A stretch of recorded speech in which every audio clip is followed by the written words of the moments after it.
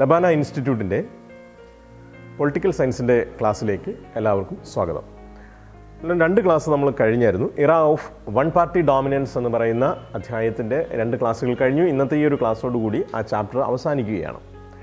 അപ്പോൾ ഇതുവരെയുള്ളതെല്ലാം നിങ്ങൾ പഠിച്ചു കാണും. നമ്മൾ അതിൻ്റെ ആദ്യത്തെ 2 ഭാഗത്തും പഠിച്ചത് ഒരു രാഷ്ട്രീയ കക്ഷിയുടെ, ഒരു പാർട്ടിയുടെ ആധിപത്യത്തെക്കുറിച്ചാണ് നമ്മളതിനകത്ത് പഠിച്ചത്, അല്ലേ? കോൺഗ്രസ് എന്ന് പറയുന്ന പൊളിറ്റിക്കൽ പാർട്ടിയുടെ ഒരു ഡോമിനൻസിനെ കുറിച്ചാണ് നമ്മൾ പഠിച്ചത്. എന്നിട്ട് നമ്മൾ ലാസ്റ്റ് പഠിച്ചു നിർത്തിയത് ഒപ്പോസിഷൻ പാർട്ടീസ് നമ്മൾ ജസ്റ്റ് തുടങ്ങി വെച്ചു. അതായത് പ്രതിപക്ഷ പാർട്ടികൾ ഒരു പീരീഡിന് ശേഷം ചില പുതിയ പൊളിറ്റിക്കൽ പാർട്ടീസ് എന്ത് ചെയ്യുന്നു, ഉദയം കൊള്ളുന്നു. അതായത് കോൺഗ്രസിന് വെല്ലുവിളിയായിട്ട് ചില രാഷ്ട്രീയ പാർട്ടികൾ നിലവിൽ വരുന്നു. അപ്പോൾ നമ്മൾ അത്തരം രാഷ്ട്രീയ പാർട്ടികൾ, ഒപ്പോസിഷൻ പാർട്ടീസിനെ കുറിച്ചാണ് നമ്മൾ അടുത്ത് പഠിക്കാൻ പോകുന്നത്. അതിലൊന്നാമതായിട്ട് നമുക്ക് പഠിക്കാനുള്ളത് സോഷ്യലിസ്റ്റ് പാർട്ടി. ഒന്നാമത്തത് സോഷ്യലിസ്റ്റ് പാർട്ടി. അപ്പോൾ ധാരാളം പൊളിറ്റിക്കൽ പാർട്ടീസിനെ നിങ്ങൾക്ക് ഇപ്പോൾ അറിയാം, അല്ലേ?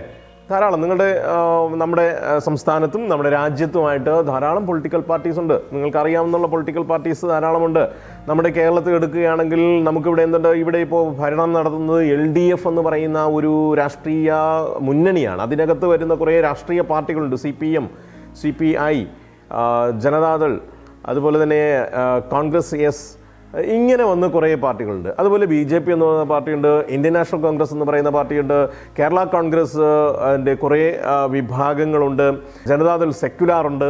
ഇങ്ങനെ ധാരാളം രാഷ്ട്രീയ പാർട്ടികൾ നമ്മുടെ രാജ്യത്തുണ്ട്, നിങ്ങൾക്ക് അറിയാവുന്നതാണ്. ഇനി അത് മറ്റ് സംസ്ഥാനങ്ങളിലേക്ക് പോകുമ്പോൾ വീണ്ടും കുറേ പ്രാദേശിക പൊളിറ്റിക്കൽ പാർട്ടീസിനെ കുറിച്ച് നിങ്ങൾക്ക് കേൾക്കാൻ സാധിക്കും. ഓക്കെ, അപ്പോൾ അത്തരത്തിൽ ആദ്യ കാലഘട്ടങ്ങളിൽ രൂപം കൊണ്ട ഒരു രാഷ്ട്രീയ പാർട്ടി, കോൺഗ്രസിന് ശേഷം രൂപം കൊണ്ട ഒരു രാഷ്ട്രീയ പാർട്ടിയാണ്, പൊളിറ്റിക്കൽ പാർട്ടിയാണ് ഇത് ഈ സോഷ്യലിസ്റ്റ് പാർട്ടി എന്ന് പറയുന്നത്. Okay 1934 Congress socialist party was formed in a meeting held at Patna under the leadership of Acharya Narendradev.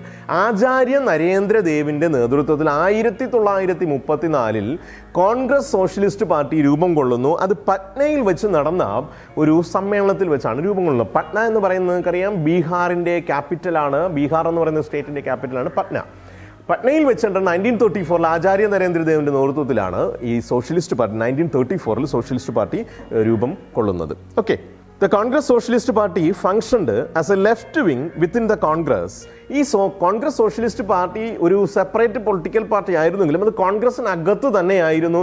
കോൺഗ്രസിനകത്ത് തന്നെയുള്ള ഒരു ലെഫ്റ്റ് വിങ് ആയിട്ടാണ് ഈ കോൺഗ്രസ് സോഷ്യലിസ്റ്റ് പാർട്ടി ആദ്യമൊക്കെ എന്ത് ചെയ്തത്, പ്രവർത്തിച്ചത്. Okay, in 1948 the Congress party amended its constitution and prohibited dual membership. എന്നാൽ 1948 കോൺഗ്രസ് പാർട്ടി അതിൻ്റെ ഭരണഘടന ഭേദഗതി ചെയ്തു, കോൺസ്റ്റിറ്റ്യൂഷൻ അമെൻഡ് ചെയ്തത് പ്രധാനമായും അമെൻമെൻറ്റിലൂടെ അവർ ഉദ്ദേശിച്ചത് എന്തായിരുന്നു?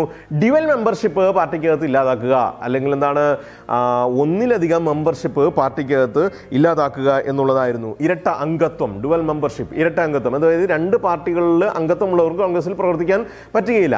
അത്തരത്തിൽ ഡ്യുവൽ മെമ്പർഷിപ്പ് ഇല്ലാതാക്കുന്നതിന് വേണ്ടിയിട്ട് 1948 കോൺഗ്രസിന്റെ ഭരണഘടനയെ എന്ത് ചെയ്തു? അമെൻമെന്റ് ചെയ്തു, ഭേദഗതി വരുത്തി. അതോടുകൂടി എന്ത് ചെയ്തു? കോൺഗ്രസിനകത്തുള്ള കോൺഗ്രസ് അംഗങ്ങൾക്ക് മറ്റ് രാഷ്ട്രീയ പാർട്ടികളിൽ അംഗത്വം എടുക്കാൻ അല്ലെങ്കിൽ അംഗമായിരിക്കാൻ പറ്റാത്ത അവസ്ഥയുണ്ടായി. The Congress members were now prevented from becoming members of other political parties. മറ്റ് പൊളിറ്റിക്കൽ പാർട്ടീസിൽ അംഗമാകാൻ ഇതോടുകൂടി കോൺഗ്രസ് അംഗങ്ങൾക്ക് കഴിയാതെ വന്നു. It forced the socialist within the Congress to form a new socialist party. ഈ ഒരു സാഹചര്യം വന്നപ്പോൾ സോഷ്യലിസ്റ്റ് പാർട്ടിക്ക് എന്ത് ചെയ്യേണ്ടതായിട്ട് വന്നു?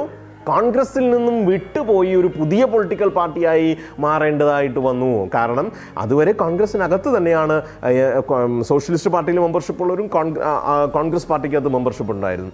അപ്പോൾ അങ്ങനെ കോൺഗ്രസിനകത്ത് തന്നെ ഒരു വിങ്ങായിട്ട് പ്രവർത്തിച്ചിരുന്നുവെങ്കിൽ ഈ ഡ്യുവൽ മെമ്പർഷിപ്പ് ഇല്ലാതാക്കിയതോടുകൂടി, ഇരട്ട പൗരത്വം ഇല്ലാതാക്കിയതോടുകൂടി എന്താ സംഭവിച്ചത്? ഈ ലെഫ്റ്റ് വിങ് ആയിട്ട് പ്രവർത്തിച്ചിരുന്ന, കോൺഗ്രസിനകത്ത് തന്നെ പ്രവർത്തിച്ചിരുന്ന ഈ സോഷ്യലിസ്റ്റ് പാർട്ടിക്ക് പുറത്തു പോകേണ്ടി വന്നു. അവർക്കൊരു പുറത്തു പോയി ഒരു പുതിയ പൊളിറ്റിക്കൽ പാർട്ടിയായിട്ട് രൂപം കൊള്ളേണ്ടതായിട്ട് വന്നു. In 1948 the socialist left Congress and contested the general elections of 1952. അപ്പോൾ 1952 ഇവർ ഇലക്ഷനിൽ മത്സരിച്ചു. സോഷ്യലിസ്റ്റ് പാർട്ടി ഇലക്ഷൻ മത്സരിച്ചു. അതിനു മുമ്പേ 1948 തന്നെ അവർ കോൺഗ്രസ് പാർട്ടി വിട്ടുപോവുകയും കോൺഗ്രസിൽ നിന്ന് ലെഫ്റ്റ് ആവുകയും എന്ത് ചെയ്യുകയും ചെയ്തു? അവർ 1952 നടന്ന ആദ്യത്തെ ജനറൽ ഇലക്ഷനിൽ മത്സരിക്കുകയും ചെയ്തു. Most of the national leaders of the party were defeated. ഇതിൽ ഒരു അട്ടർ ഫെയിലുവറാണ് അവരെ കാത്തിരുന്നത്. അതായത് ഈ സോഷ്യലിസ്റ്റ് പാർട്ടിക്ക് ഒരു സമ്പൂർണ്ണ പരാജയം. അവരുടെ നാഷണൽ ലീഡേഴ്സ്, ദേശീയ നേതാക്കന്മാർ ഏകദേശമുള്ളവരും എന്ത് ചെയ്തു? പരാജയപ്പെട്ടു. The party could win only 12 seats in the Lok Sabha. ആ ലോക്സഭ ഇലക്ഷനിൽ ഈ പൊളിറ്റിക്കൽ പാർട്ടിക്ക് അല്ലെങ്കിൽ സോഷ്യലിസ്റ്റ് പാർട്ടിക്ക് ആകെ കിട്ടിയത് 12 സീറ്റുകൾ മാത്രം ആയിരുന്നു. മോറോവർ അവരുടെ നാഷണൽ ലീഡേഴ്സ് എല്ലാം എന്ത് ചെയ്യുകയും ചെയ്തു? പരാജയപ്പെടുകയും ചെയ്തു. ഇതാണ് ഫസ്റ്റിൽ ഈ എന്താണ് സോഷ്യലിസ്റ്റ് പാർട്ടിക്ക് സംഭവിച്ച ഒന്നാമത്തെ കാര്യം എന്ന് പറയുന്നത്. Okay, then the Socialist Party went through several splits and reunions. അതായത് സോഷ്യലിസ്റ്റ് പാർട്ടി ഒരുപാട് തവണ എന്ത് ചെയ്തു? എന്താണ് സ്പ്ലിറ്റ് ആവുകയും വിഭജിക്കുകയും പിന്നീട് പലതവണ എന്ത് ചെയ്യുകയും ചെയ്തു? അത് ഒന്നിക്കുകയും ചെയ്തു. അപ്പോൾ ഒരുപാട് തവണ ഒന്നിക്കുകയും ഒരുപാട് തവണ എന്ത് ചെയ്യുകയും ചെയ്തു? സ്പ്ലിറ്റ് ആവുകയും ചെയ്തു, വിഭജിക്കുകയും ചെയ്തു ഈ socialist party. This paved the way for the formation of several new political parties like Kisan Mazdoor Praja party, Praja socialist party and സംയുക്ത സോഷ്യലിസ്റ്റ് പാർട്ടി. ഈ സാഹചര്യം നിരവധി പുതിയ സോഷ്യലിസ്റ്റ് പാർട്ടികളുടെ രൂപം കൊള്ളലിന് കാരണമായി. ഏതിനെയൊക്കെ പോലെ കിസാൻ മസ്ദൂർ പ്രജാ പാർട്ടി, അതൊരു സോഷ്യലിസ്റ്റ് പാർട്ടിയാണ്.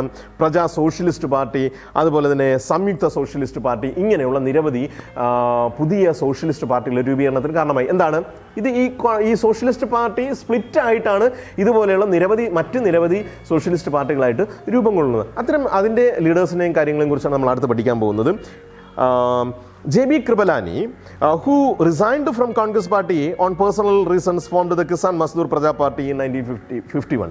1951 J.B. Kripalani, കോൺഗ്രസിൻ്റെ തലമുതിർന്ന അന്നത്തെ ഏറ്റവും പ്രഗത്ഭനായ നേതാക്കന്മാരിൽ ഒരാളായിരുന്നു J.B. Kripalani.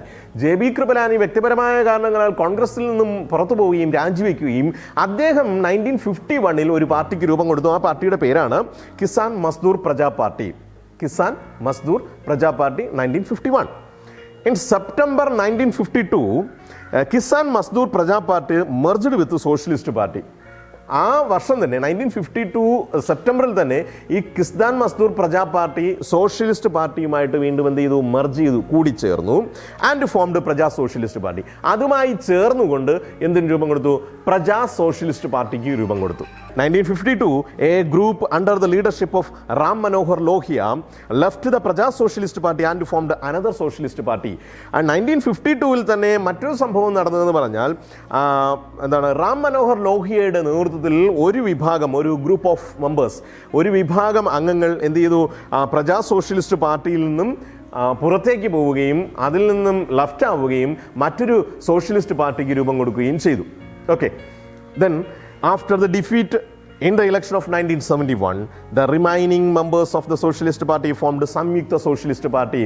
1971 പരാജയം കൂടി ഏറ്റുവാങ്ങിയതോടുകൂടി അവശേഷിക്കുന്ന സോഷ്യലിസ്റ്റ് പാർട്ടി അംഗങ്ങളും സോഷ്യലിസ്റ്റ് പാർട്ടികളും എല്ലാം ചേർന്നുകൊണ്ട് ഒരു സോഷ്യലിസ്റ്റ് പാർട്ടിക്ക് രൂപം കൊടുത്തു 1971. അതാണ് സംയുക്ത സോഷ്യലിസ്റ്റ് പാർട്ടി എന്ന് പറയുന്നത്. അപ്പോൾ ഇത്രയും സോഷ്യലിസ്റ്റ് പാർട്ടികൾ രൂപം കൊണ്ടു. അപ്പോൾ ഇത് ഒരു സോഷ്യലിസ്റ്റ് പാർട്ടിയിൽ നിന്ന് തന്നെ സ്പ്ലിറ്റായി, മെർജ് ചെയ്തും സ്പ്ലിറ്റായും ഒക്കെയാണ് എന്ത് ചെയ്തത്? ഇത്തരത്തിൽ പൊളിറ്റിക്കൽ പാർട്ടീസിൻ്റെ സോഷ്യലിസ്റ്റ് പാർട്ടീസ് ആ കാലഘട്ടത്തിൽ എന്ത് ചെയ്തത്? നിലവിൽ വന്നത്. ഓക്കെ, ഇത് അന്നത്തെ പ്രധാനപ്പെട്ട സോഷ്യലിസ്റ്റ് നേതാക്കന്മാരെന്ന് പറയുന്നത് ജയപ്രകാശ് നാരായണൻ, ഒരാൾ വളരെ പ്രശസ്തനായ പ്രഗത്ഭനായ ഒരു നാഷണൽ ലീഡറായിരുന്നു ജയപ്രകാശ് നാരായണൻ. അതുപോലെ അച്യുത് പട്വർദ്ധൻ, പിന്നെ Ashok Mehta, S.M. Joshi, Ram Manohar Lohia, J.B. Kripalani, പിന്നെ മലയാളിയായ ഒരാളും കൂടെ ഉണ്ടായിരുന്നു, പട്ടം താണുപിള്ള. തിരുക്കൊച്ചി സംസ്ഥാനത്തിൻ്റെ ആദ്യത്തെ മുഖ്യമന്ത്രിയായിരുന്ന പട്ടം താണുപിള്ള. ഇത്രയും പേരായിരുന്നു അന്നത്തെ പ്രമുഖരായ സോഷ്യലിസ്റ്റ് ലീഡേഴ്സ് എന്ന് പറയുന്നത്.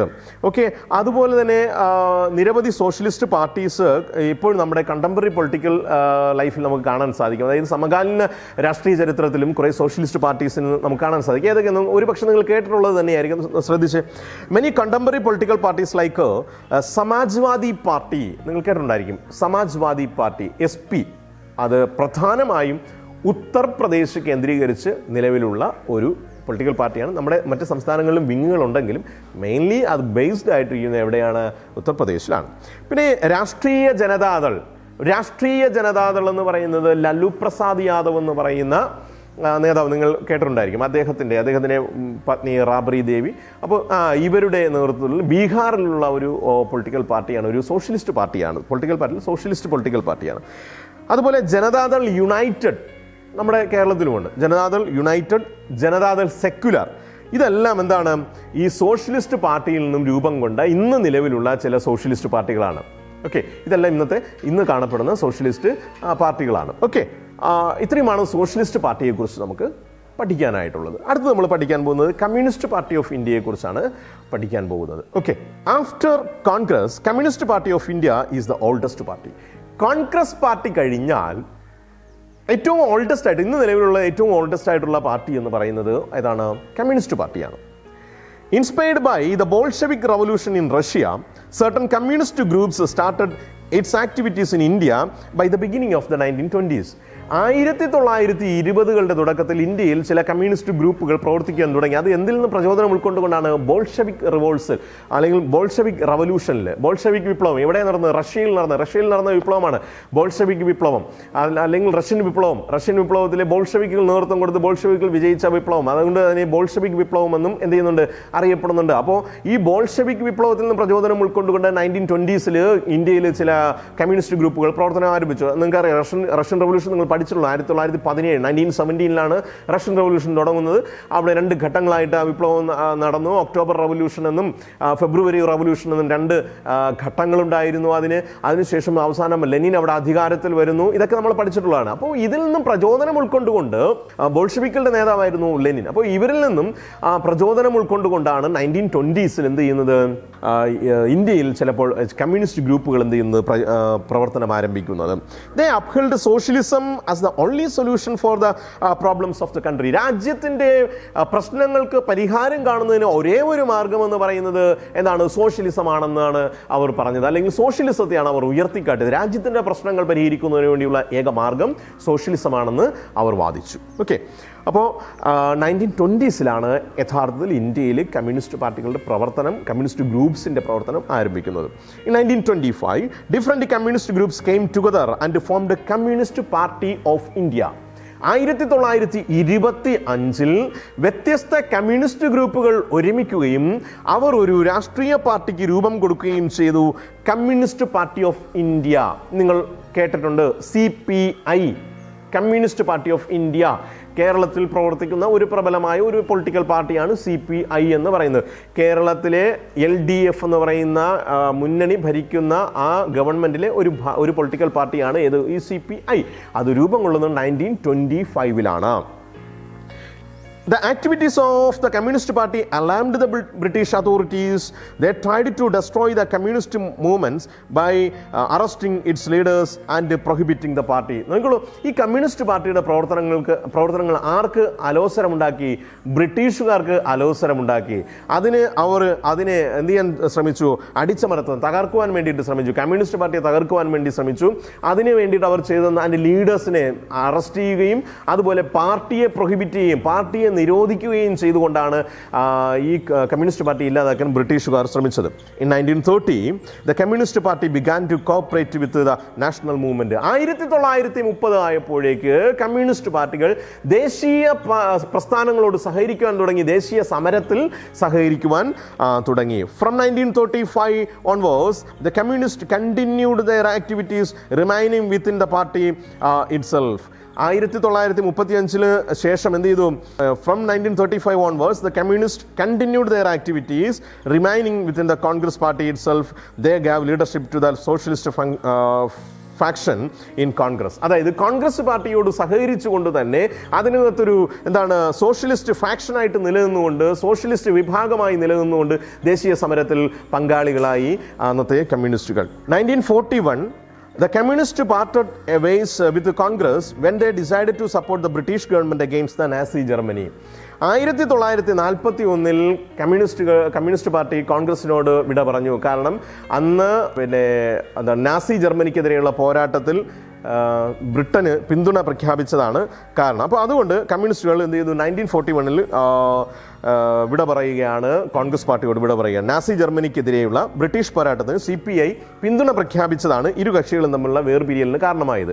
അപ്പോൾ ആ കമ്മ്യൂണിസ്റ്റ് പാർട്ടിയുടെ ആ രൂപീകരണത്തിൻ്റെ നാൾ വഴികളൊന്നും നോക്കുക. 1920s ആദ്യമായിട്ട് ഇന്ത്യയിലെ കമ്മ്യൂണിസ്റ്റ് ഗ്രൂപ്പുകൾ എന്ത് ചെയ്യുന്നത്, പ്രവർത്തനം ആരംഭിക്കുന്നത്. 1925 ആയപ്പോൾ ഡിഫറൻറ്റ് കമ്മ്യൂണിസ്റ്റ് ഗ്രൂപ്പുകളെല്ലാം ചേർന്നുകൊണ്ട് കമ്മ്യൂണിസ്റ്റ് പാർട്ടി ഓഫ് ഇന്ത്യ എന്ന് പറയുന്ന പാർട്ടിക്ക് രൂപം കൊടുത്തു. CPI എന്ന് പറയുന്ന പാർട്ടിക്ക് രൂപം കൊടുത്തു. അവരുടെ ആക്ടിവിറ്റീസ് ബ്രിട്ടനെ അല്ലെങ്കിൽ ബ്രിട്ടീഷ് അതോറിറ്റീസിനെ, അധികാരികളെ അലോസരപ്പെടുത്തി അതിനെ ഇല്ലാതാക്കുന്നതിനുള്ള ശ്രമങ്ങൾ അവർ ആരംഭിച്ചു. 1930s ഈ കമ്മ്യൂണിസ്റ്റ് പാർട്ടി കോൺഗ്രസുമായി ചേർന്ന് നിന്നുകൊണ്ട് ദേശീയ സമരത്തിൽ പ്രവർത്തിക്കുവാൻ തുടങ്ങി. 1941 ആയപ്പോൾ കമ്മ്യൂണിസ്റ്റ് പാർട്ടി കോൺഗ്രസിൽ നിന്നും എന്ത് ചെയ്തു, വിട പറഞ്ഞു. കാരണം എന്തായിരുന്നു, നാസി ജർമ്മനിക്കെതിരെയുള്ള പോരാട്ടത്തിൽ ബ്രിട്ടനെ CPI പിന്തുണച്ചതായിരുന്നു അതിൻ്റെ റീസൺ എന്ന് പറയുന്നത്. അങ്ങനെ കമ്മ്യൂണിസ്റ്റ് പാർട്ടി പിന്നീട് നടന്ന തെരഞ്ഞെടുപ്പുകളിൽ, രാജ്യത്ത് നടന്ന തെരഞ്ഞെടുപ്പുകൾ പങ്കാളികളാവുകയും മത്സരിക്കുകയും ചെയ്തിരുന്നു. In the first general election the communist party could win 16 seats in the Lok Sabha and emerged as the largest opposition party.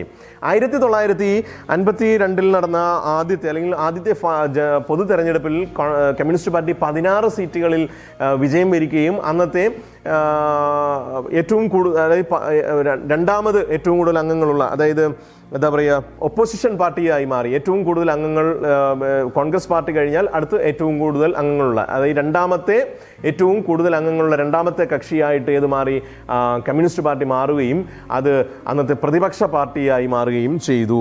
The first general election the communist party could win 16 seats in Lok Sabha and emerged as the largest opposition party. അപ്പോൾ ഏറ്റവും വലിയ പ്രതിപക്ഷ പാർട്ടിയായിട്ട് അത് മാറുകയും ചെയ്തു. The parties support was more concentrated in Andhra Pradesh, west Bengal, Bihar and Kerala. പ്രധാനമായും പാർട്ടിയുടെ ബലം അല്ലെങ്കിൽ പാർട്ടിക്ക് ശക്തി ഉണ്ടായിരുന്ന കേന്ദ്രങ്ങൾ എന്ന് പറയുന്നത് ആന്ധ്രാപ്രദേശ്, വെസ്റ്റ് ബംഗാൾ, പിന്നെ ഏതായിരുന്നു, ബീഹാർ, കേരള എന്നീ സംസ്ഥാനങ്ങൾ. ഈ 4 സംസ്ഥാനങ്ങളിലാണ് പ്രധാനമായും അവരുടെ ശക്തി ഉണ്ടായിരുന്ന പ്രദേശങ്ങളെന്ന് പറയുന്നത്. The prominent leaders of the party AK Gopalan, അറിയാലോ, കേരളത്തിലെ അറിയപ്പെടുന്ന ഒരു അന്നത്തെ ദേശീയ നേതാവും കൂടെയായിരുന്നു AK ഗോപാലൻ, പിന്നെ SA Dange, EMS Namboodiripad, PC Joshi, Ajay Ghosh and Sundarayya. ഇത്രയും ആൾക്കാരായിരുന്നു അന്നത്തെ പ്രധാനപ്പെട്ട അതിൻ്റെ പ്രോമിനന്റ് ലീഡേഴ്സ് എന്ന് പറയുന്നത്. അപ്പോൾ AK ഗോപാലൻ എന്ന് പറയുന്ന നേതാവായിരുന്നു അന്ന് പ്രതിപക്ഷ നേതാവായിട്ട് ലോക്സഭയിൽ ഉണ്ടായിരുന്നത്. AK ഗോപാലനെ കുറിച്ച് നിങ്ങൾക്കറിയാം. അദ്ദേഹത്തെ പോപ്പുലർലി നോൺ ആസ് AKG, അദ്ദേഹത്തെ അറിയപ്പെടുന്ന AKG എന്നാണ് അറിയപ്പെടുന്നത്. മലയാളികൾക്ക് എല്ലാവർക്കും അറിയാം. ബോൺ അറ്റ് തലശ്ശേരി ഇൻ കേരളത്തിലെ തലശ്ശേരിയിലാണ് അദ്ദേഹം ജനിക്കുന്നത്. Started public life as a Congress worker, ഒരു കോൺഗ്രസ് വർക്കറായിട്ടാണ് തുടങ്ങുന്നത്. Arrested in 1931 for participating in the Guruvayur Satyagraha. Guruvayur സത്യാഗ്രഹത്തിൽ പങ്കെടുത്തതിന് അദ്ദേഹത്തെ 1931 എന്ത് ചെയ്യുന്നു, അറസ്റ്റ് ചെയ്യുന്നു. 1937 വളരെ പ്രശസ്തമായ പട്ടിണി ജാഥ സംഘടിപ്പിച്ചത് അദ്ദേഹമായിരുന്നു. Join communist party in 1939. 1939 communist പാർട്ടിയിൽ ജോയിൻ ചെയ്യുന്നത്. After the split in the communist party he joined CPIM. Communist party split ആയപ്പോൾ അദ്ദേഹം ഏതിൽ ചേർന്നു, CPIM-ൽ ചേർന്നു. അതായത് കമ്മ്യൂണിസ്റ്റ് പാർട്ടി ഓഫ് ഇന്ത്യ മാർക്സിസ്റ്റിൽ അംഗമായി. Member of parliament from 1952 onwards. 1952 മുതൽ പാർലമെന്റ് അംഗമായിരുന്നു. ധാരാളം വർഷം ഒപ്പോസിഷൻ ലീഡേഴ്സായിട്ട് ധാരാളം വർഷം അദ്ദേഹമായിരുന്നു. പാർലമെന്റിൽ പ്രതിപക്ഷ നേതാവായിട്ട് ധാരാളം വർഷം അദ്ദേഹം ഉണ്ടായിരുന്നു. കാരണം അന്ന് കോൺഗ്രസ് കഴിഞ്ഞാൽ ഏറ്റവും കൂടുതൽ സീറ്റ് കിട്ടിയിരുന്നത് ആർക്കായിരുന്നു, കമ്മ്യൂണിസ്റ്റ് പാർട്ടികൾക്ക് ആയിരുന്നു. The party went through A major split in 1964. ഇനിയാണ് കമ്മ്യൂണിസ്റ്റ് പാർട്ടിയുടെ ഇന്ത്യയിലെ കമ്മ്യൂണിസ്റ്റ് പാർട്ടി ചരിത്രത്തിൽ ഏറ്റവും സുപ്രധാനമായ ഒരു സംഭവമാണ് ഞാൻ ഈ പറയുന്നത്. 1964 കമ്മ്യൂണിസ്റ്റ് പാർട്ടിയിൽ ഒരു സ്പ്ലിറ്റ് ഉണ്ടാകുന്നു, വിഭജനം ഉണ്ടാകുന്നു. It was caused by the ideological rift between China and Soviet Russia. ഇത് ആശയപരമായ വ്യത്യസ്തതകൾ അല്ലെങ്കിൽ ആശയപരമായിട്ടായിരുന്ന അവരുടെ അഭിപ്രായ വ്യത്യാസങ്ങളായിരുന്നു ഇതിലേക്ക് വഴിതെളിച്ചത്. അതായത് സോവിയറ്റ് യൂണിയനും ചൈനയും തമ്മിലുണ്ടായ പ്രത്യയശാസ്ത്രപരമായ ഭിന്നതകളും അകൽച്ചകളും ഇവിടെയും ബാധിച്ചു. മനസ്സിലായല്ലോ, സോവിയറ്റ് യൂണിയനും ചൈനയുമായി ഉണ്ടായ പ്രത്യയശാസ്ത്രപരമായ ആശയ സംഘർഷങ്ങൾ ഇവിടെയും എന്ത് ചെയ്തു, ബാധിച്ചു. The pro Soviet group remind in the communist party of India. അതായത് അതിനകത്ത് സോവിയറ്റ് യൂണിയനോട് ആഭിമുഖ്യം പുലർത്തിയിരുന്ന വിഭാഗം CPI-യിൽ തന്നെ നിലകൊണ്ടു. അതായത് കമ്മ്യൂണിസ്റ്റ് പാർട്ടി ഓഫ് ഇന്ത്യയിൽ തന്നെ നിലകൊണ്ടു. The opponents formed a new party called CPIM. ഇനി മറ്റേ വിഭാഗം, ഇവരെ എതിർത്ത വിഭാഗത്തെ ഒരു പുതിയ രാഷ്ട്രീയ പാർട്ടിക്ക് രൂപം കൊടുത്തു. അതാണ് CPIM എന്ന് പറയുന്നത്. Both these communist party still exist in national politics establish in their presence. ഇപ്പോഴും ദേശീയ രാഷ്ട്രീയത്തിൽ ഒരു സജീവ സാന്നിധ്യമായി ഈ രണ്ട് രാഷ്ട്രീയ പാർട്ടികളും എന്ത് ചെയ്യുന്നുണ്ട്, നിലനിൽക്കുന്നുണ്ട്. അപ്പോൾ ഞാൻ ആദ്യം പറഞ്ഞത് സോഷ്യലിസ്റ്റ് പാർട്ടിയാണ്, രണ്ടാമത് പറഞ്ഞത് കമ്മ്യൂണിസ്റ്റ് പാർട്ടിയുടെ പ്രവർത്തനത്തെക്കുറിച്ചാണ്. കമ്മ്യൂണിസ്റ്റ് പാർട്ടിയുടെ പ്രധാനപ്പെട്ട മേജർ ഇൻസിഡൻസിൽ ഞാൻ പറഞ്ഞു 1964 സ്പ്ലിറ്റ് ഏറ്റവും പ്രധാനപ്പെട്ട ഒരു സംഭവമാണ്. ഓക്കെ, ഇതിനടുത്ത് പഠിക്കാനുള്ളത് ഭാരതീയ ജനസംഘ്. ഭാരതീയ Jana Sangh was formed in October 1951. ഭാരതീയ ജനസംഘ് രൂപീകരിക്കപ്പെടുന്നത് 1951. അപ്പോൾ ഇന്ത്യൻ നാഷണൽ കോൺഗ്രസിൻ്റെ രൂപീകരണം നിങ്ങൾക്കറിയാം 1885 1885. അത് കഴിഞ്ഞ് വന്നാണ് ഒരു സോഷ്യലിസ്റ്റ് വിഭാഗമാണ് 1934 മുതലാണ്. കമ്മ്യൂണിസ്റ്റ് പാർട്ടി രൂപം കൊള്ളുന്നത് 1925. എന്നാൽ ഭാരതീയ ജനസംഘ് എന്ന് പറയുന്ന ഈ പാർട്ടി കുറേ വർഷങ്ങൾ കൂടെ കഴിഞ്ഞതിന് ശേഷം 1951 രൂപം കൊള്ളുന്നത്. The founding fathers of the party are Shyama Prasad Mukherjee and Deen Dayal Upadhyaya. രണ്ടുപേരാണ് ഇതിൻ്റെ സ്ഥാപക നേതാക്കന്മാരെന്ന് പറയുന്നത്. ഒന്ന് ശ്യാമപ്രസാദ് മുഖർജി, മറ്റൊന്നെന്താണ് Deen Dayal Upadhyaya. Doctor Mukherjee was elected as the first president of Bharatiya Jana Sangh. ഭാരതീയ ജനസംഘിന്റെ ആദ്യത്തെ അധ്യക്ഷനായിട്ട് തിരഞ്ഞെടുത്തത് ആരെയായിരുന്നു? ഡോക്ടർ ശ്യാമപ്രസാദ് മുഖർജിയെ ആയിരുന്നു. The initiative for the formation of Bharatiya Janasangh was taken by രാഷ്ട്രീയ സ്വയം സേവക് സംഘ്. ഈ ഭാരതീയ ജനസംഘ് എന്ന് പറയുന്ന പൊളിറ്റിക്കൽ പാർട്ടിയുടെ രൂപീകരണത്തിന് മുൻകൈയെടുത്തത് ആരായിരുന്നു? രാഷ്ട്രീയ സ്വയം സേവ് സംഘ്, അല്ലെങ്കിൽ നിങ്ങൾ ഇപ്പോൾ അറിയപ്പെടുന്ന ചുരുക്കപ്പേരിൽ അറിയപ്പെടുന്ന RSS എന്ന് പറയുന്ന സംഘടനയാണ് ഈ രാഷ്ട്രീയ ജനസംഘിന് രൂപം കൊടുക്കുന്നതിന് നേതൃത്വം കൊടുത്തത്. The Jana Sangh was formed on the basis of the discussion made by doctor Shyama Prasad Mukherjee with RSS supremo Golwalkar. RSSന്റെ പരമാധികാരിയായിരുന്ന ഗോൾവാൾക്കറുമായിട്ടുള്ള സംവാദങ്ങൾക്ക് അല്ലെങ്കിൽ ചർച്ചകൾക്ക് ശേഷമാണ് ശ്യാമപ്രസാദ് മുഖർജി ഇങ്ങനെ ഒരു രാഷ്ട്രീയ പാർട്ടി രൂപീകരിക്കുന്നതിന് തീരുമാനിക്കുന്നത്. The ideology of Hindu Mahasabha also was reflected in Jana Sangh. ജനസംഘിൽ ഹിന്ദു മഹാസഭയുടെ ഐഡിയോളജികൾ, ആശയങ്ങൾ പ്രതിഫലിക്കുന്നുണ്ട്. അല്ലെങ്കിൽ ഹിന്ദു മഹാസഭയുടെ ആശയങ്ങളോട് താതാത്മ്യപ്പെട്ട് നിൽക്കുന്ന അല്ലെങ്കിൽ അതിനോട് ആഭിമുഖ്യം പുലർത്തുന്ന രാഷ്ട്രീയ പാർട്ടിയായിരുന്നു ഭാരതീയ ജനസംഘ് എന്ന് പറയുന്നത്. The ideology and programmes of Jana Sangh were entirely different from other parties. It was mainly a religious party adhering to religious ideology. അതായത് മറ്റ് രാഷ്ട്രീയ പാർട്ടിയിൽ നിന്നും എൻറ്റയർലി ഡിഫറെൻ്റ് ആണ് ഇതിൻ്റെ ആശയങ്ങൾ. കാരണം ഇത് മെയിൻലി ഒരു റിലീജിയസ് പാർട്ടിയാണ്. അതായത് മത അധിഷ്ഠിതമായ മത ആശയങ്ങൾക്ക് പ്രാധാന്യം കൊടുത്തുകൊണ്ട് നിലവിൽ വന്ന ഒരു പൊളിറ്റിക്കൽ പാർട്ടിയാണ് ഇത്. Jana Sangh gave emphasis on Indian culture and nationalism. അതായത് ഇന്ത്യൻ സംസ്കാരത്തിനും ഇന്ത്യൻ ദേശീയതയ്ക്കും കൂടുതൽ പ്രാധാന്യം കൊടുത്തുകൊണ്ടാണ് ഇവരുടെ പ്രവർത്തനങ്ങൾ ഇന്ത്യയിൽ ആരംഭിക്കുന്നത്. അല്ലെങ്കിൽ ഈ പാർട്ടിയുടെ ആശയമേ അതായിരുന്നു. Jana Sangh strongly believed in Indian culture and traditions. Indian പാരമ്പര്യത്തിലും ഇന്ത്യൻ സംസ്കാരത്തിലും അവർ ശക്തമായി വിശ്വസിച്ചു. The party argued that the country could become modern, progressive and strong only on the basis of Indian culture and traditions. അതായത് ഇന്ത്യൻ സംസ്കാരത്തിൽ ഊന്നി നിന്നുകൊണ്ട് രാജ്യത്തെ പുരോഗമനപരമായി മുന്നോട്ട് നയിക്കുക എന്നുള്ളതായിരുന്നു അവരുടെ പ്രധാനപ്പെട്ട ആശയം എന്ന് പറയുന്നത്. The Jana Sangh put forward the concept of Akhand Bharat. Akhand Bharat അല്ലെങ്കിൽ അഖണ്ഡ ഭാരതം എന്ന കൺസെപ്റ്റാണ് ഈ പാർട്ടി മുന്നോട്ട് വെച്ചത്. The party gave importance to the propagation of Hindi language and to the preservation of cow slaughter. അതായത് ഇവർ മുന്നോട്ട് വെച്ച മറ്റൊരു ആശയം എന്ന് പറയുന്നത് ഹിന്ദി പ്രൊപ്പഗേഷന് കൂടുതൽ പ്രാധാന്യം കൊടുത്തു. ഹിന്ദിയുടെ പ്രചാരണത്തിന് കൂടുതൽ പ്രാധാന്യം കൊടുത്തു. And to the prevention of cow slaughter. പിന്നെ എന്താണ്, ഗോവധത്തെ അവർ എന്ത് ചെയ്തു, എതിർത്തു. ഇത് രണ്ടും ഇതിൻ്റെ പ്രധാനപ്പെട്ട ആശയങ്ങളുമായി ചേർന്ന് അല്ലെങ്കിൽ ഇതിൻ്റെ പ്രധാനപ്പെട്ട ആശയങ്ങളിൽ പെട്ടതാണ്. It gave leadership to the agitation to replace English with Hindi as the official language of India. ഇന്ത്യയുടെ ഒഫീഷ്യൽ ഇംഗ്ലീഷിൻ്റെ സ്ഥാനത്ത് ഒഫീഷ്യൽ ലാംഗ്വേജ് ആയിട്ട് ഹിന്ദി കൊണ്ടുവരുന്നതിന് അവർ എന്ത് ചെയ്തു, അവർ അതിനുള്ള കലാപത്തിന് സമരത്തിന് അവർ എന്ത് ചെയ്തു, നേതൃത്വം കൊടുത്തു. Okay, the electoral performance of Bharatiya Janasangh was very poor. തുടക്കത്തിൽ അതിൻ്റെ തെരഞ്ഞെടുപ്പിലെ പ്രകടനം വളരെ മോശമായിരുന്നു.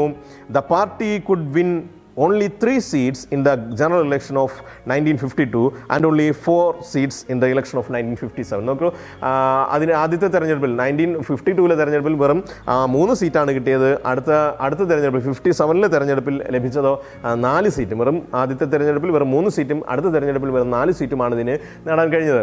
അതേസമയം നേരത്തെ പറഞ്ഞു കമ്മ്യൂണിസ്റ്റ് പാർട്ടികൾക്ക് അന്ന് എത്ര സീറ്റ് ഉണ്ടായിരുന്നു? 16 സീറ്റ് ഉണ്ടായിരുന്നു. Okay. The party could win only 3 seats in the general elections of 1952 and only 4 seats in the election of 1957. The party could not win even a single seat in the South India. അതാണ് ഈ പാർട്ടിക്ക് സംഭവിച്ചത്. എന്താണ് അന്നത്തെ ഇലക്ഷനിൽ? The party could not win even a single seat in South India. ദക്ഷിണേന്ത്യയിൽ ഒരു seat പോലും ഈ പാർട്ടിക്ക് അന്ന് തെരഞ്ഞെടുപ്പിൽ ലഭ്യമായില്ല. Janasangh got considerable support from the urban people of the Hindi-speaking states like Rajasthan, Madhya Pradesh, Delhi, Uttar Pradesh. അതായത് ഹിന്ദി സംസാരിക്കുന്ന north Indian അല്ലെങ്കിൽ ഉത്തരേന്ത്യൻ സംസ്ഥാനങ്ങളിലെ ചില നഗരപ്രദേശങ്ങളാണ് ഈ പാർട്ടിക്ക് കൂടുതൽ എന്ത് ചെയ്തത്? സപ്പോർട്ട് കിട്ടിയത്. അത് ഏതൊക്കെ സംസ്ഥാനങ്ങളാണ്? പ്രധാനമായും രാജസ്ഥാൻ, മധ്യപ്രദേശ്, ഡൽഹി, ഉത്തർപ്രദേശ് എന്നിവിടങ്ങളിലെ നഗരപ്രദേശങ്ങളാണ് പാർട്ടിക്ക് കൂടുതൽ സപ്പോർട്ട് ലഭ്യമായിരുന്നത്. Shyama Prasad Mukherjee, Deendayal Upadhyaya, Balraj Madhok and Deva Prasad Ghosh were the prominent leaders of the party. ആ അന്നത്തെ പാർട്ടിയുടെ പ്രധാനപ്പെട്ട ലീഡേഴ്സ് ഇവരൊക്കെ ആയിരുന്നു. ആരൊക്കെയാണ്? Shyama Prasad Mukherjee, Deendayal Upadhyaya, Balraj Madhok and Devaprasad Ghosh. In 1977, the Janasangh merged in Janata Party. In 1980, the former leaders of Janasangh formed Bharatiya Janata Party, leaving Janata Party. നോക്കിക്കോളൂ, 1977 എന്താ സംഭവിച്ചത്? ഈ ജനസംഘ് എന്ത് സംഭവിച്ചു? ജനസംഘിന് എന്താ സംഭവിച്ചത്? Jana Sangh merged in Janata Party. Janata പാർട്ടിയിൽ മെർജ് ചെയ്തു 1977. In 1980, the former leaders of Janasangh formed Bharatiya Janata Party, leaving Janata party. അതായത് ജനതാ പാർട്ടിയിൽ നിന്നും പുറത്തു പോവുകയും ജനസംഘിൻ്റെ ആദ്യത്തെ നേതാക്കന്മാരെല്ലാം ചേർന്നുകൊണ്ട് 1980 ഭാരതീയ ജനതാ പാർട്ടിക്ക് രൂപം കൊടുക്കുകയും ചെയ്തു. നോക്കിക്കോളൂ, 1977 ഭാരതീയ ജനസംഘ് ജനതാ പാർട്ടിയിൽ ലയിക്കുകയും 1980 ആദ്യകാലത്തെ ജനസംഘിലെ നേതാക്കന്മാർ ചേർന്നുകൊണ്ട് ഭാരതീയ ജനതാ പാർട്ടിക്ക് രൂപം കൊടുക്കുകയും ചെയ്തു. ഭാരതീയ ജനതാ പാർട്ടി എന്ന് പറഞ്ഞാൽ BJP, ഇന്ന് ഇന്ത്യ ഭരിക്കുന്ന രാഷ്ട്രീയ പാർട്ടിയായ BJPക്ക് രൂപം കൊടുക്കുന്നത് 1980 ഓക്കെ. ഭാരതീയ ജനസംഘ് പിന്നീട് എന്തായി മാറി?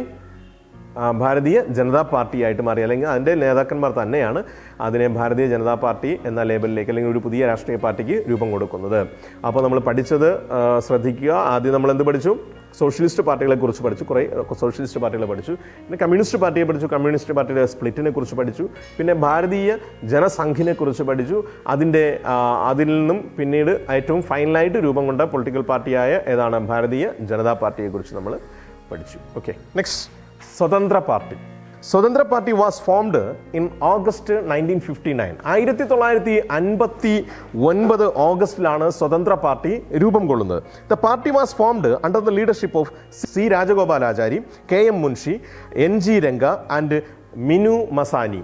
അപ്പോൾ ഈ സ്വതന്ത്ര പാർട്ടിക്ക് രൂപം കൊടുക്കുന്നതും അന്നത്തെ പ്രധാനപ്പെട്ട പ്രബലരായ അന്നത്തെ നാഷണൽ ലീഡേഴ്സാണ്, ദേശീയ നേതാക്കന്മാരാണ്. ആരോഗ്യമാണ്? C. Rajagopalachari, KM Munshi, NG Ranga and Minoo Masani. Most of the founding members of the party were former കോൺഗ്രസ്മെൻ.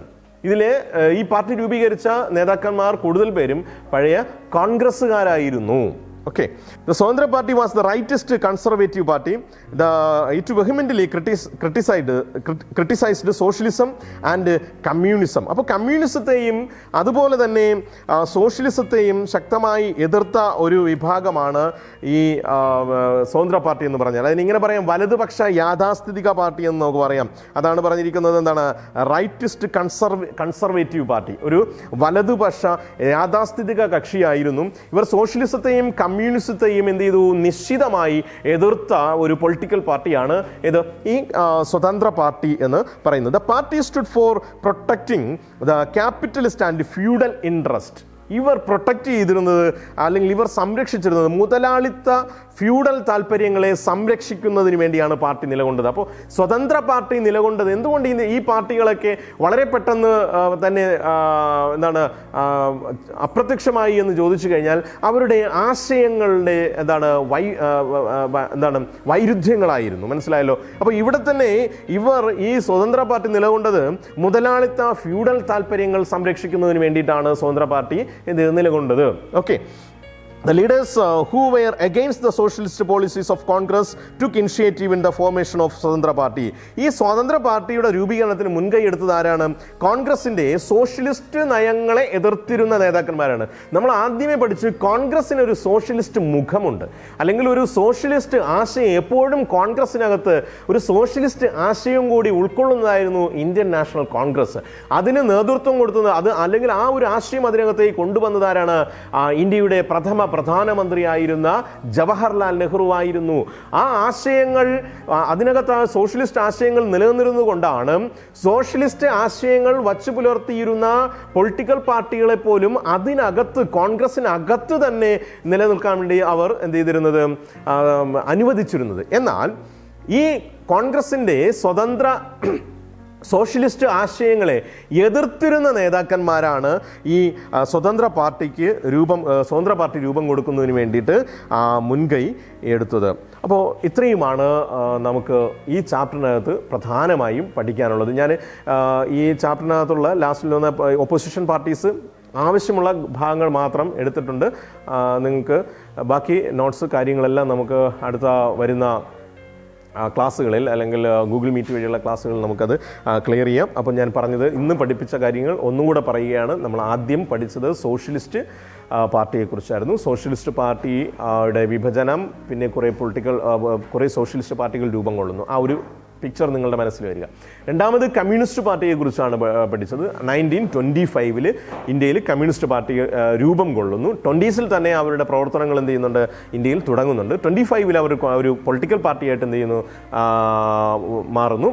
Okay. അതിനുശേഷം അത് 1964 ഒരു മേജർ സ്പ്ലിറ്റ് ഉണ്ടാകുന്നു. CPI എന്നും CPIM എന്നും രണ്ടായിട്ട് എന്ത് ചെയ്യുന്നു? ഇത് സ്പ്ലിറ്റായി മാറുന്നു. പിന്നീട് വന്നത് ഇന്നത്തെ ഇന്ത്യ ഭരിക്കുന്ന ഒരു പൊളിറ്റിക്കൽ പാർട്ടിയുടെ പൂർവികരെന്ന് പറയാൻ പറ്റുന്ന ഒരു പൊളിറ്റിക്കൽ പാർട്ടിയെ കുറിച്ചാണ് നമ്മൾ പറഞ്ഞത്.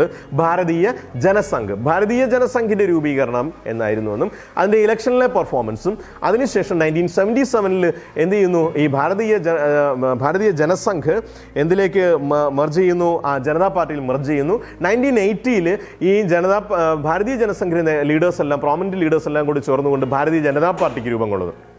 BJP എന്ന് പറയുന്ന പൊളിറ്റിക്കൽ പാർട്ടി രൂപം കൊള്ളുന്നു. അപ്പോൾ അങ്ങനെ ഒരു ചരിത്രമാണ് BJPയുടെ ചരിത്രം എന്ന് പറയുന്നത്. ഇന്ന് ഇന്ത്യ ഭരിക്കുന്ന പൊളിറ്റിക്കൽ പാർട്ടി. ലാസ്റ്റിൽ പറഞ്ഞ എന്താണ്? സ്വതന്ത്ര പാർട്ടിയുടെ രൂപീകരണം എന്ന് പറഞ്ഞാൽ രൂപീകരണത്തിലേക്ക് നയിച്ചത് വേറൊന്നുമല്ല, കോൺഗ്രസിന് അകത്തുള്ള കോൺഗ്രസിലെ സോഷ്യലിസ്റ്റ് ആശയങ്ങളോട് താല്പര്യമില്ലാതിരുന്ന അതിനെ എതിർക്കുന്ന ലീഡേഴ്സ് ആണ് ഏതിൻ്റെ രൂപീകരണം നേതൃത്വം കൊടുക്കുന്നത്? പിന്നെ സ്വതന്ത്ര പാർട്ടിയുടെ രൂപീകരണത്തിന് നേതൃത്വം കൊടുക്കുന്നത്. ഇതൊരു വലതുപക്ഷ യാഥാസ്ഥിതിക പ്രസ്ഥാനമായിരുന്നു. ഇത് സോഷ്യലിസത്തെയും കമ്മ്യൂണിസത്തെയും എതിർത്തു. പിന്നെയോ ഫ്യൂഡൽ മുതലാളിത്ത വ്യവസ്ഥിതിയോട് ആഭിമുഖ്യം പുലർത്തുന്നതായിരുന്നു ഇവരുടെ രീതികളെന്ന് പറയുന്നത്. അപ്പോൾ ഇത്രയും കാര്യങ്ങളാണ് നമുക്ക് ഈ ചാപ്റ്ററിനകത്ത് പഠിക്കാനുള്ളത്. പിന്നെ നമ്മൾ ഇനിയും കുറേയധികം രാഷ്ട്രീയ പാർട്ടികളുണ്ട്. നിങ്ങളതൊക്കെ മനസ്സിലാക്കുക. പ്രസന്റ്ലി നമ്മുടെ രാജ്യത്ത് നിലനിൽക്കുന്ന, നമ്മുടെ സംസ്ഥാനത്ത് നിലനിൽക്കുന്ന പൊളിറ്റിക്കൽ പാർട്ടീസ് ഏതൊക്കെയാണെന്ന് നിങ്ങൾ കണ്ടെത്തുക. നിങ്ങളുടെ നോട്ട്ബുക്കിൽ അത് എഴുതുക. മനസ്സിലായല്ലോ? ഇന്നത്തെ പൊളിറ്റിക്കൽ പാർട്ടീസ് ഏതൊക്കെയാണ്, കേരളത്തിൽ പ്രവർത്തിക്കുന്ന പ്രധാനപ്പെട്ട പൊളിറ്റിക്കൽ പാർട്ടീസ് ഏതൊക്കെയാണ്. പിന്നെ നിങ്ങൾ ഒരിക്കലും പൊളിറ്റിക്കൽ പാർട്ടീസ് ഞാൻ പലപ്പോഴും പറയുമ്പോൾ നിങ്ങൾ കേരളത്തിലെ പൊളിറ്റിക്കൽ പാർട്ടീസ് എന്ന് പറയുമ്പോൾ നിങ്ങൾ എഴുതുന്ന ഒന്നാമത്തെ പൊളിറ്റിക്കൽ പാർട്ടി LDF, രണ്ടാമത് UDF, അങ്ങനെയല്ല. അതൊരു മുന്നണിയാണ്. LDF എന്ന് പറയുന്നത് ഒരു മുന്നണിയാണ്. അതിനകത്താണ് political parties CPI, CPM, Janata Dal, Congress, ഇങ്ങനെ കുറേ പൊളിറ്റിക്കൽ പാർട്ടീസ് അത് കണ്ടെത്തുക. അതാണ് എഴുതേണ്ടത്. അത് UDF എന്ന് പറയുമ്പോൾ അതിനകത്ത് കുറേ പാർട്ടികളുണ്ട്. ആ പാർട്ടികൾ ഏതൊക്കെ എഴുതുക. പിന്നെ NDA എന്ന് പറയുന്ന ഒരു മുന്നണിയുണ്ട്. അതിനകത്താണ് BJP വരുന്നത്. അതിനകത്തും കുറേ പൊളിറ്റിക്കൽ പാർട്ടീസ് ഉണ്ട്. അപ്പോൾ കേരളത്തിൽ പ്രവർത്തിക്കുന്ന പൊളിറ്റിക്കൽ പാർട്ടീസ് ഏതൊക്കെയാണ്, നാഷണൽ ലെവലിൽ പ്രവർത്തിക്കുന്ന പൊളിറ്റിക്കൽ പാർട്ടീസ് ഏതൊക്കെയാണ്. അപ്പോൾ ഇന്ത്യയിൽ നിലവിലുള്ള ധാരാളം പൊളിറ്റിക്കൽ പാർട്ടീസ് ഉണ്ട്. പ്രാദേശിക പൊളിറ്റിക്കൽ പാർട്ടീസ് ഉണ്ട്. എല്ലാ സംസ്ഥാനങ്ങളിലും അവരുടേതായ പൊളിറ്റിക്കൽ പാർട്ടീസ് ഉണ്ട്. അപ്പോൾ ഏതൊക്കെ പൊളിറ്റിക്കൽ പാർട്ടീസ് ഉണ്ട് എന്നുള്ളത് നിങ്ങൾ എന്ത് ചെയ്യുക? നിങ്ങളുടെ നോട്ട്ബുക്കിൽ എഴുതി വയ്ക്കുക. അപ്പോൾ ഈ ചാപ്റ്ററിനകത്ത് ഇത്രയും കാര്യങ്ങളാണുള്ളത്. നിങ്ങൾക്ക് വളരെ സിമ്പിളായിട്ട് മനസ്സിലാക്കാൻ പറ്റുന്ന കാര്യങ്ങൾ ഇതിനകത്തുള്ളൂ. കാരണം നമ്മൾ അനുഭവിച്ചുകൊണ്ടിരിക്കുന്ന, കണ്ടുകൊണ്ടിരിക്കുന്ന, കേട്ടുകൊണ്ടിരിക്കുന്ന കാര്യങ്ങളാണ് അതിൻ്റെ ഒരു പഴയകാല ചരിത്രമാണ് നമ്മൾ ഈ ചാപ്റ്ററിനകത്ത് പഠിച്ചിരിക്കുന്നത്. സോ നിങ്ങൾ നന്നായിട്ട് പഠിക്കുക. നന്നായി നിങ്ങൾക്ക് മാർക്ക് സ്കോർ ചെയ്യാൻ പറ്റുന്ന ഒരു വിഷയമാണ് ഞാൻ ആദ്യം പറഞ്ഞ പൊളിറ്റിക്കൽ സയൻസ്. ഈ ചാപ്റ്റർ അതുപോലെ വളരെ സിമ്പിളായിട്ടുള്ള ചാപ്റ്ററാണ്. പിന്നെ എന്തെങ്കിലും ഡൗട്ട്സ് ഉള്ളവർ എന്ത് ചെയ്യുക, ഈ വീഡിയോ സ്ട്രീം ചെയ്യുന്ന സമയത്ത് നിങ്ങൾക്ക് കമൻ്റായിട്ട് ചോദിച്ചു കഴിഞ്ഞാൽ ഞാൻ ആ ഡൗട്ട്സ് പറഞ്ഞുതരും. അപ്പോൾ എല്ലാവർക്കും വിജയാശംസകൾ.